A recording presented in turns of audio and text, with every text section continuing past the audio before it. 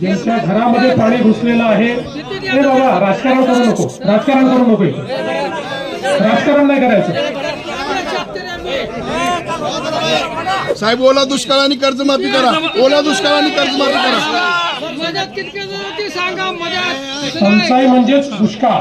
सर्व शेतकऱ्यांना सरसकट मदत करणार आहोत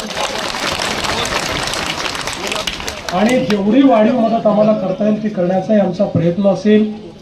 आणि एवढंच नाही तर ज्यावेळेस आपण टंचाई घोषित करतो, टंचाई घोषित करत असतो साहेब. ओला दुष्काळ आणि कर्जमाफी करा, ओला दुष्काळ आणि कर्जमाफी करा. टंचाई म्हणजेच दुष्काळ. ओला दुष्काळ करा, डिक्लेअर करा साहेब, ओला दुष्काळ करा. टंचाईच्या वेळी ज्या उपाययोजना आपण सगळ्या करतो याला टंचाईच समजून तशा प्रकारच्या सगळ्या उपाययोजना या ठिकाणी आम्ही लागू करणार आहोत आणि सगळी मदत आपण करणार आहोत. या ठिकाणी ज्यांच्या घरामध्ये पाणी घुसलेलं आहे ते बाबा राजकारण करू नको, राजकारण करू नको, राजकारण नाही करायचं. आता isakal.com आहे देशातील नंबर 1 ची मराठी न्यूज वेबसाईट.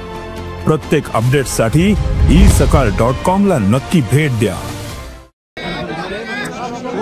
या ठिकाणी ज्यांच्या घरामध्ये पाणी घुसलेलं आहे त्यांनाही मदत करणार आहोत. ज्यांच्या दुकानाचं नुकसान झालंय त्यांनाही आपण पूर्णपणे मदत करणार आहोत.